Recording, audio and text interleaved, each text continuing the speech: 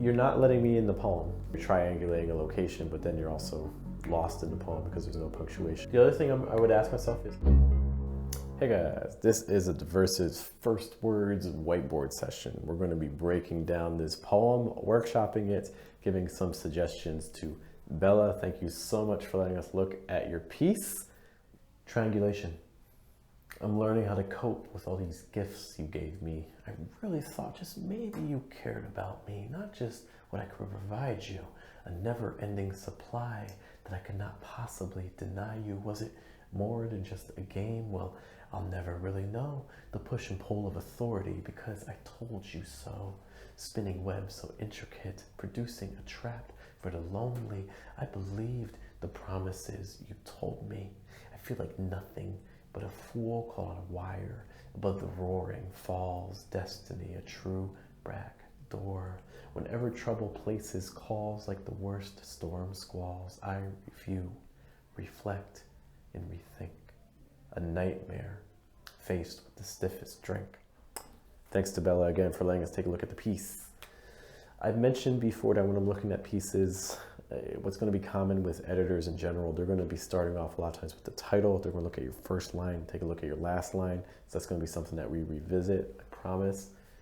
So triangulation, we have a one-word title here. Triangulation has kind of that sense to me of trying to make things make sense, trying to pinpoint a location, trying to identify things. In addition to that, I'm learning how to cope.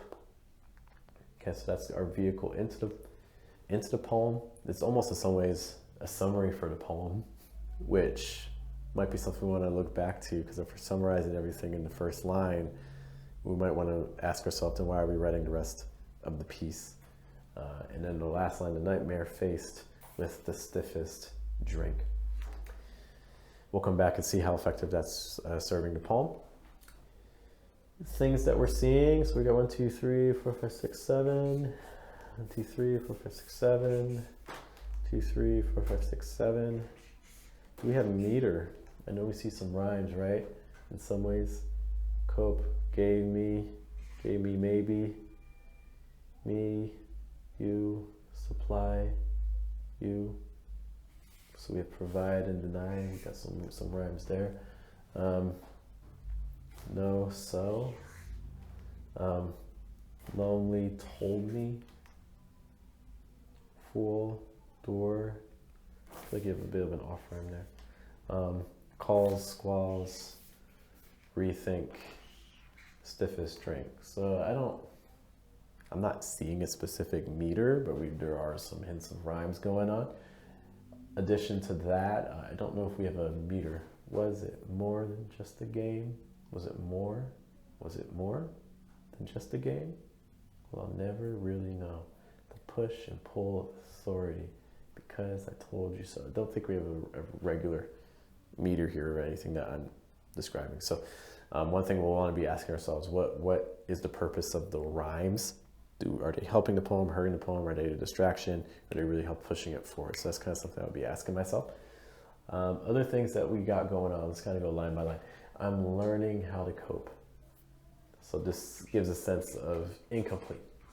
We are still in this process of dealing with coping, trying to figure it out. Learning how to cope with all the gifts. We see the quotes, so we have this kind of sense of sarcasm. So already, what are we detecting? We're detecting there is some relationship issue between the speaker and another person, the you. So we got some tension. As is, I guess we're supposed to interpret that these gifts are not actually gifts. Now, what are the gifts? Are these physical things? Are these like abstract things? So you're not letting me in the poem. I will say that, when we're hiding what the gifts actually are, you're specifically being a little bit cryptic. You're specifically creating distance between yourself or the speaker and me, the reader. And it's not a good thing or a bad thing. I'm just kind of letting you know again what's happening. I really thought just maybe you cared about me. I would ask ourselves, I really thought just maybe you cared about me, not just what I could provide you. I'm a little bit confused by the punctuation. For instance, we haven't used punctuation really. We have these quotation marks, and then we have this question mark, and then we have a couple, and then we have these more quotation marks, and then we have these commas down here. Okay, so I'm a little bit confused by that. Okay, so why are we not being consistent with our punctuation? We're almost at that point where maybe we don't need it. It's also interesting in a poem called Triangulation about, location and about, pinpointing things. Punctuation often is a guide marker, but I think that could be a nice irony if you remove the punctuation. So then that would kind of reflect, you're triangulating a location, but then you're also lost in the poem because there's no punctuation. I think there's some ironies you could kind of play with there if you wanted. A never-ending supply. Supply what? I'm a little bit confused by this line. A never-ending supply of what?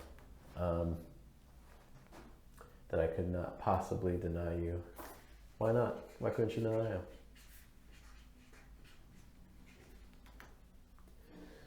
I think we're also kind of getting into that phrase, show, don't tell.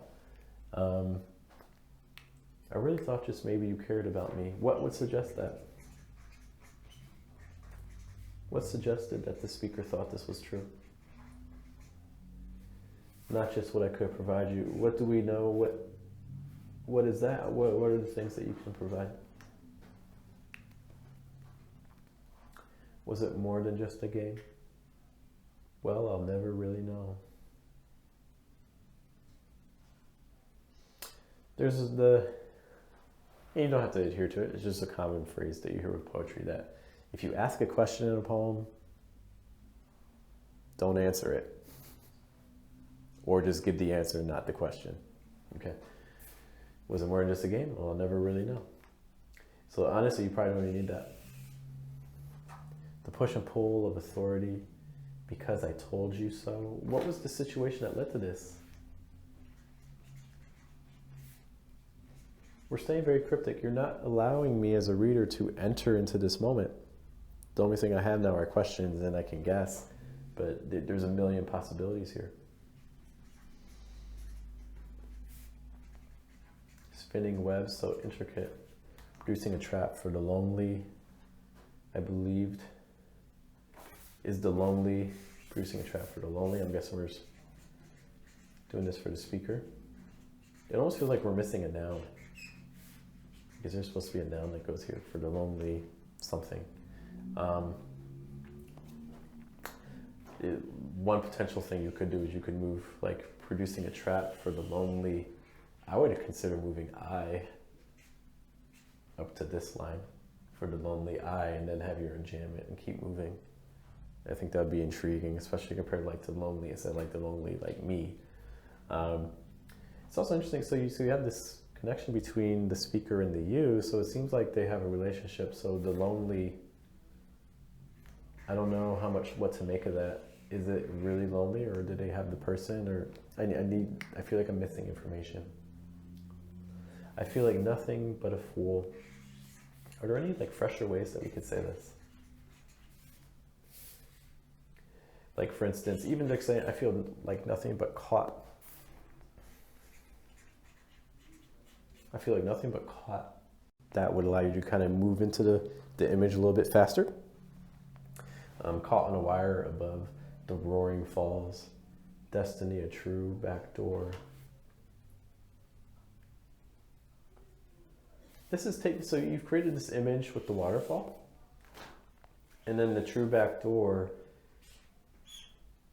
It's hard for me to get you're taking me out of the moment that you just created with the waterfall. Because the waterfall, you have that real heavy nature image, and then you say destiny a true backdoor. The word door especially is kind of taking me out of that moment that you just created. Is there any sort of, potentially, is there a way to extend the metaphor? You introduced this nice one about the waterfalls. I like the sound image as well. Is there a nature image that would suggest what you're talking about? Destiny, a true backdoor, whenever trouble places calls. Okay, whenever trouble places calls. It's an interesting phrasing with the places and then the calls, because at first it looks like it's like plural noun, or plural, or like verb. So it takes a moment, but that's not necessarily a bad thing. Whenever trouble places calls, like the worst storm squalls. I review, reflect, and rethink. A nightmare faced with this stiffest drink. Whenever trouble places calls, like the worst storm squalls. I review, reflect, and rethink. A nightmare faced with the stiffest drink.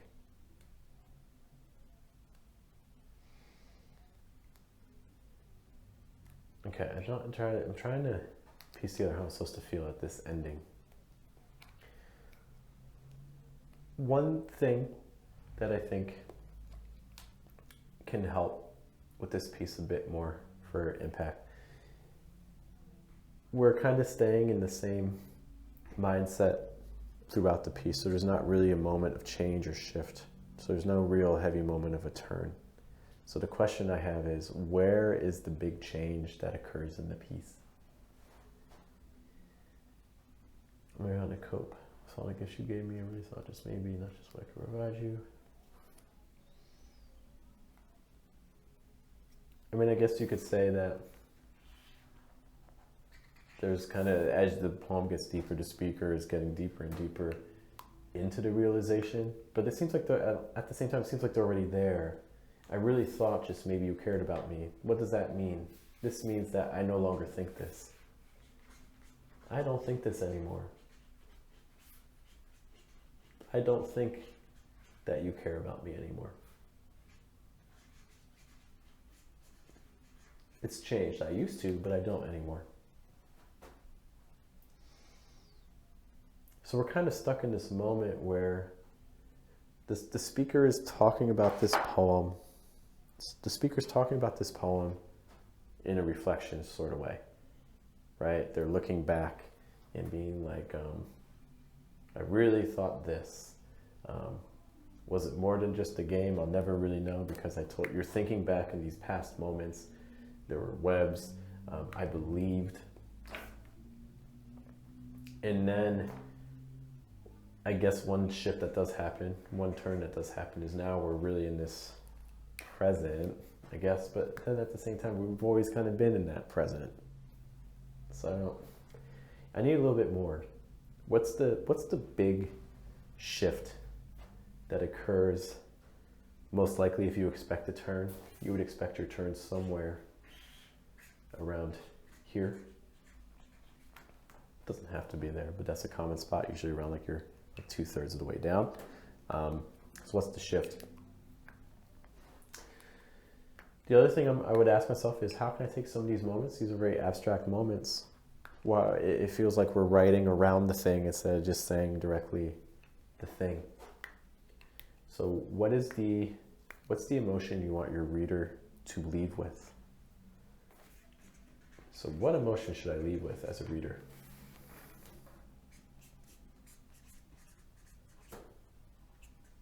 That's a question I would be asking myself. And that's going to also help give way to this close. You know, your last line, again, you always want to end on a punch. So a nightmare faced with the stiffest drink. Why is this punchy? You know, is this a speaker that doesn't normally drink? Is this a speaker that's become an alcoholic? Is this the speaker who... What's the situation? Why should this last line be a punch based on everything that came before it? And in fact, because you have a speaker that's not even, you know, they're doing all this reflecting and things like that, but they're not even really confronting the the thing. They're not confronting the issue, right? So you have the sense that this is just going to continue. I think a lot of the questions I've posed too could be adjusted with the title. I think the title's okay, but I think the title could also be something that kind of leads into these tensions that you're digging into in the poem itself a little bit more. Something I would also kind of challenge myself to do, not in this poem, but maybe in a future poem, is instead of kind of like talking around the specific moment, trying to identify one specific moment and really kind of diving into it and trying to approach it from as concrete and as specific an approach as possible, and kind of seeing where that takes you. Like, for instance, maybe one of the gifts that gets mentioned at the top, or for instance, a moment where the speaker provided something and they also realized that this you took it but didn't actually care about the speaker. When maybe a moment where we start to realize that. Because right now we're kind of staying really general about an entire kind of relationship situation. A specific moment may allow me as a reader to kind of enter the moment a little bit more. But Bella, those are just some quick thoughts for you. How about for everyone else that was watching this poem, or reading this poem, or hearing this poem? What are some things that stood out to you? Let us know in the comments. Also, thanks once more to Bella for letting us take a look at your work.